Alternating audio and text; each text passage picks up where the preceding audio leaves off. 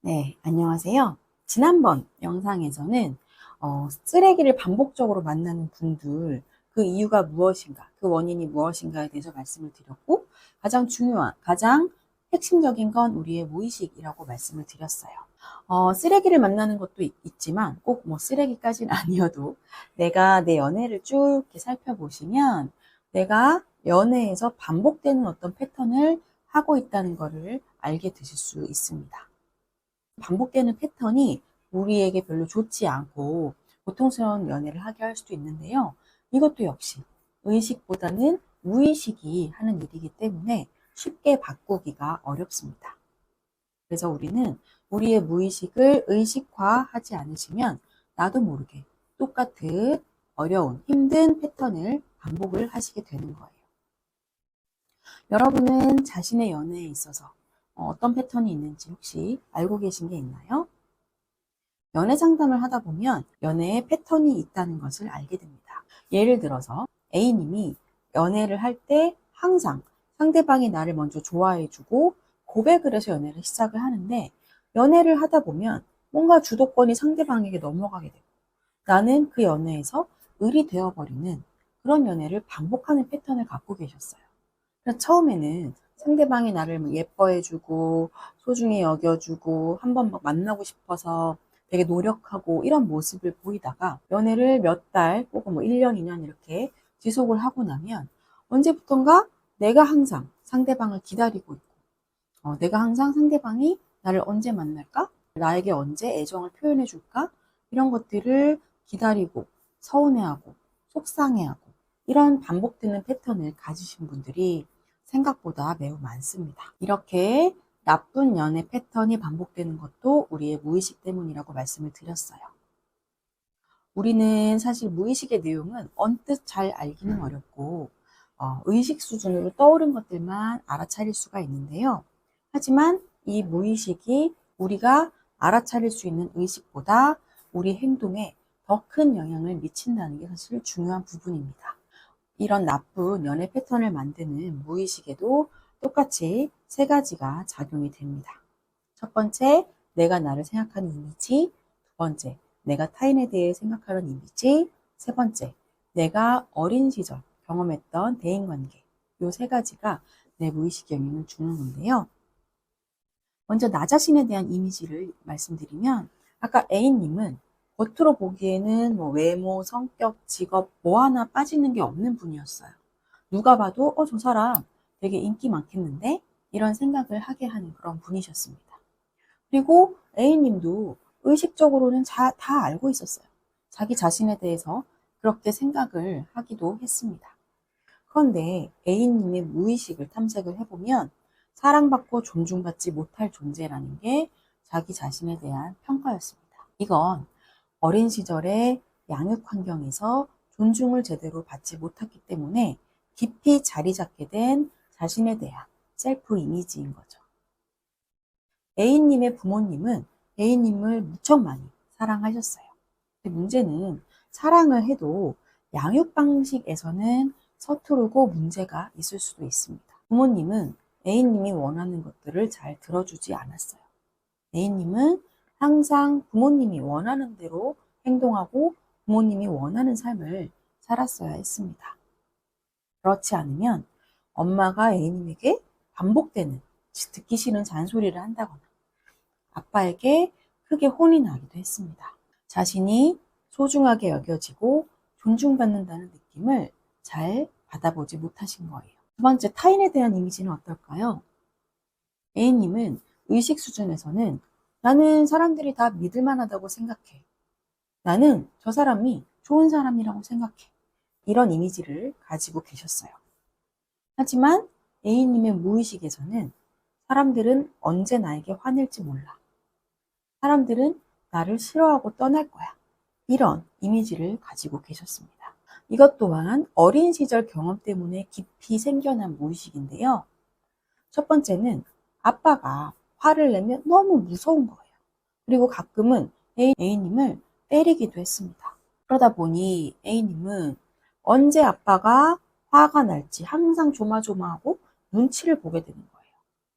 그리고 엄마는 내가 엄마 말을 잘 듣고 엄마가 원하는 대로 했을 때만 나를 사랑해 주는 것 같았습니다.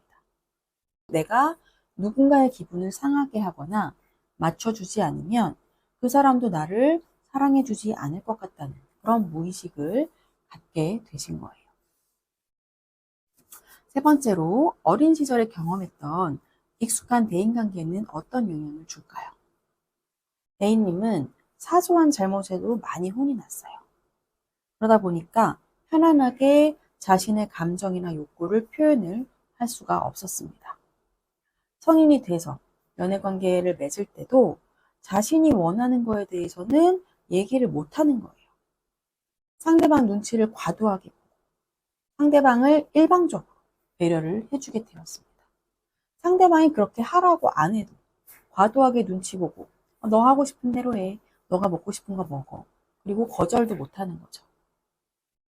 그러다 보니까 처음에는 상대방이 A님을 좋아해서 시작한 그런 관계인데 어느새 A님이 상대방을 더 좋아하는 것 같고 바라보고 기다리고 이런 의뢰 연애를 하게 되신 거예요. 어린 시절을 보면 그런 환경에서 자라신 A님은 그런 환경을 똑같진 않더라도 비슷하게 경험하게 될 그런 관계를 무의식적으로 찾게 됩니다. 상대는 처음에는 그런 사람이 아니었더라도 우리의 무의식이 강력하기 때문에 나의 행동이 결국은 상대가 나를 존중하지 못하게 만들게 하기도 하거든요. 이게 사실 되게 무서운 일인데 어떻게 그게 가능하냐 이렇게 질문하시는 분도 계실 수 있어요. 우리가 나는 상대방을 사랑하니까 상대방을 위한다 이런 명목으로 상대에게 너무 맞춰주고 상대의 눈치를 너무 살피게 되면 원래는 나를 존중하던 사람도 점점 나를 존중하지 않게 됩니다. 관계는 일방적인 게 아니라 상호적인 쌍방의 문제이기 때문에 내가 어떻게 행동하냐에 따라서 상대방의 행동이 많이 달라질 수가 있거든요.